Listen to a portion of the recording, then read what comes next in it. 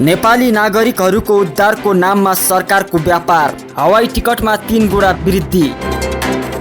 सरकारले आगामी 32 जेठ आइतबारदेखि 11 असारसम्म विदेशमा रहेका नेपालीको उद्धार गर्ने भएको छ। नेपाली र विदेशी एयरलाइन्सले गरेर 67 वटा उडान मार्फत पहिलो चरणमा 24,000 नेपालीको उद्धार गर्ने निर्णय सांस्कृतिक, पर्यटन तथा नागरिक उड्डयन मन्त्रालयले गरेको हो। उद्धारको क्रममा नेपाली एयरलाइन्सले 43 उडान गर्नेछन् भने विदेशका एयरलाइन्सले 24 उडान गर्नेछन्। 43 मध्ये नेपाल वायु सेवा निगमले 24 र हिमालयन एयरलाइन्सले 19 वटा उडानबाट उद्धार गर्नेछन्। मन्त्रालय स्रोतले दिएको जानकारी अनुसार नेपाल वायु सेवा निगमको जहाज वाइड बडीले 32 गते बङ्गलादेशमा पहिलो उडान गरी नेपाली ल्याउनेछ। असार 1 गते Malaysia, Saudi Arab, Singapore, Cambodia र ओमनबाट एक उडान चार्टर गरेर ल्याइनेछ। त्यस्तै असार 2 गते युएई, कतार, कुवेत र श्रीलङ्काबाट एक उडान मार्फत चार्टर गरेर नेपाल ल्याइनेछ। असार 3 गते अस्ट्रेलिया, बैंकक, बहराइन, बङ्गलादेश, कतार र अमेरिकाबाट एक उडान गरेर नेपाली ल्याइनेछ। असार 4 गते साउदी अरब, युएई, मलेसिया र ओमनबाट एक चार्टर उडान हुनेछ। त्यस्तै असार 5 गते जापान, कुवेत, साउदी अरब र नाइजेरियाबाट 2 उडान हुनेछ। असार 6 गते Cyprus, Malaysia, Qatar, UAE, Bangladesh र युरोपबाट एक चार्टर उडान गरेर नेपाली ल्याइनेछ। असार 7 गते दक्षिण कोरिया, ओमन, कुवेत, मलेसियाबाट 2 चार्टर उडान हुनेछ। असार 8 गते अस्ट्रेलिया, बैंकक, पाकिस्तान र कतारबाट एक चार्टर उडान गरेर नेपाल ल्याइनेछ। असार 9 गते जापान, मालदिप्स, युएई र युगान्डाबाट 2 चार्टर उडान हुनेछ। असार 10 गते साउदी, कुवेतबाट 2 उडान हुनेछ। त्यसै गरी असार 11 गते अमेरिका र साइप्रसबाट एक उडान हुनेछ। त्यस्तै नेपाल सरकारले शर्तहरू पनि राखेको छ। वायुयानमा 85% यात्रु हुनुपर्ने पहिलो शर्त राखिएको छ। त्यस्तै नेपाल आउन चाहने नेपालीले पीसीआर वा आरडीटी को नेगेटिभ रिपोर्टको प्रमाणपत्र पेश गर्नुपर्नेछ।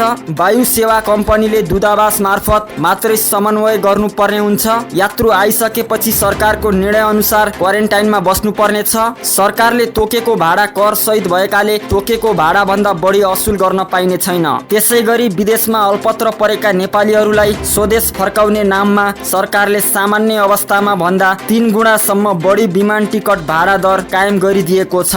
खाडी मुलुक लगायतबाट 24,000 नेपाली उद्धार गर्न तयार रहेको भनिएको सरकारले मर्का पर्ने खालको भाडा तोकिदिएको छ। सामान्य अवस्थामा मलेसियाबाट 18,000 देखि 28,000 रुपैयाँसम्ममा नेपाल फर्कन सकिन्थ्यो, तर अहिले सरकारले 63,044 रुपैयाँ तोकिदिएको छ। सामान्य अवस्थामा ओमानदेखि 20,000 देखि 30,000 रुपैयाँसम्मको टिकट हुन्थ्यो, तर अहिले सरकारले 61,800 रुपैयाँ तोकिदिएको छ। साउदी अरेबियाबाट नेपाल फर्कन 20,000 देखि 30,000 सम्म टिकट सामान्य अवस्थामा पाइन्थे, तर अहिले दमामबाट 71,000 रुपैयाँ, रियादबाट 76,300 रुपैयाँ, जेदाहबाट 93,300 रुपैयाँ सरकारले तोकिदिएको छ। सामान्य अवस्थामा कुवेतबाट नेपाल आउन 18,000 देखि 25,000 रुपैयाँ सम्मको टिकट लाग्थ्यो, तर अहिले सरकारले 60,600 रुपैयाँ तोकिदिएको छ। बहराइनबाट सामान्य अवस्थामा 18,000 देखि 25,000 रुपैयाँसम्म प्रति टिकट पर्थ्यो, तर अहिले सरकारले 60,600 रुपैयाँ तोकिदिएको छ।